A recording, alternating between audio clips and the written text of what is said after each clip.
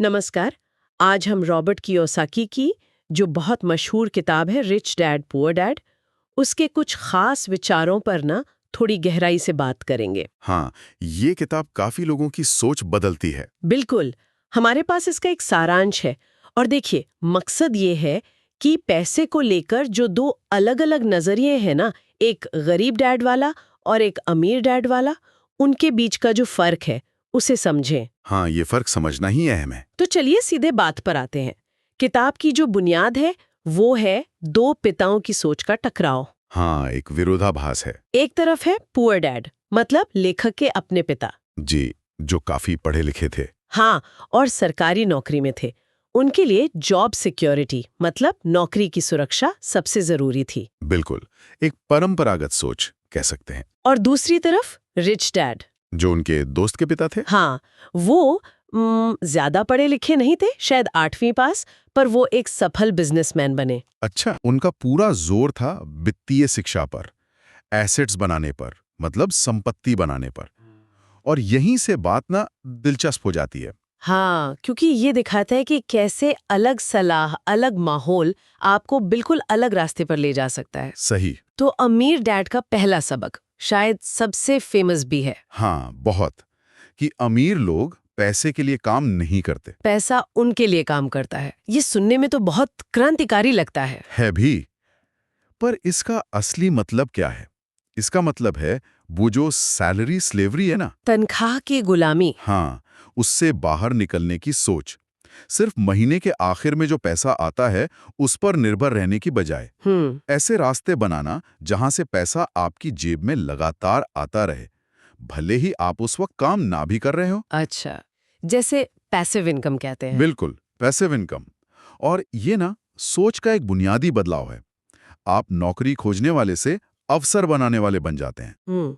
और यहीं पर शायद वो वित्तीय साक्षरता वाली बात आती है, हम्म, जिसका जिक्र किताब बार-बार करती है। बिल्कुल, फाइनेंशियल लिटरेसी। ये है क्या आखिर, और क्यों इतनी जरूरी है? देखिए, वित्तीय साक्षरता मतलब पैसे की भाषा समझना, और इसमें सबसे जरूरी है संपत्ति यानी एसेट्स एसेट्स? और देनदारियां लायबिलिटीज, इनके बीच का फर्क जानना। ओके, फर्क क्या है? सीधी सी बात है, संपत्ति वो है जो आपकी जेब में पैसा डालती है, जैसे? जैसे किराए पर दिया घर, स्टॉक से मिलने वाला डिविडेंड या कोई बिजनेस जिससे मुनाफा आ रहा हो। ठीक है।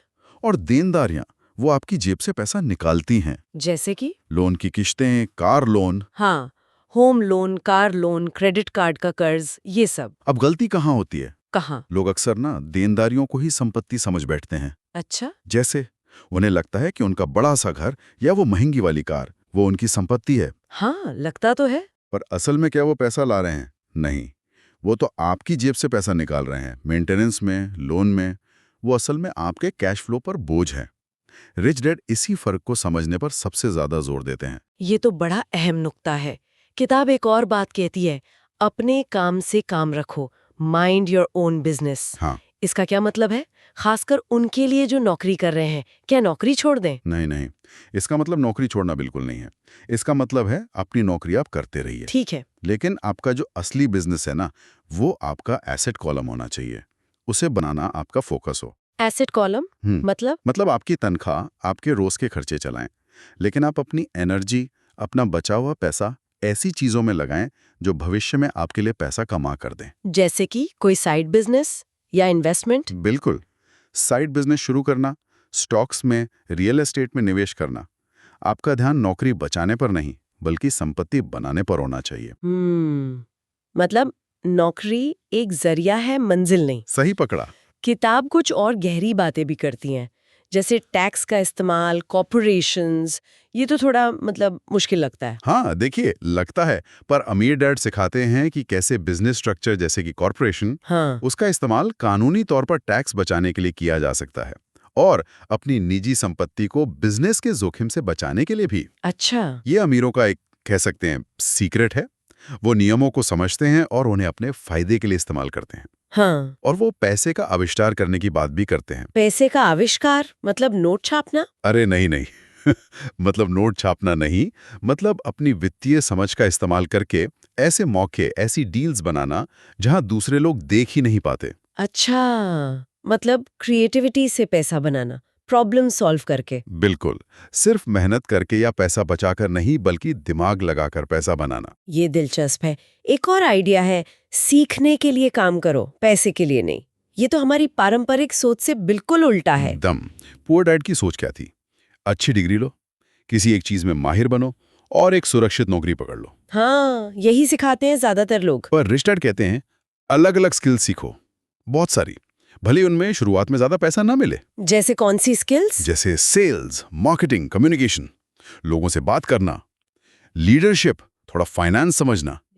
ये स्किल्स ना, हाँ, ये आपको सिर्फ एक कर्मचारी नहीं बनाती हैं। हाँ, ये आपको एक उद्यमी, एक इन्वेस्टर बनने में मदद करती हैं। ये आपको सिस्टम बनाना सिखाती हैं, सिर्फ सिस्टम का हिस्सा बनना नहीं। ये बात तो सोचने वाली है, लेकिन ये सब करना आसान तो नहीं होगा।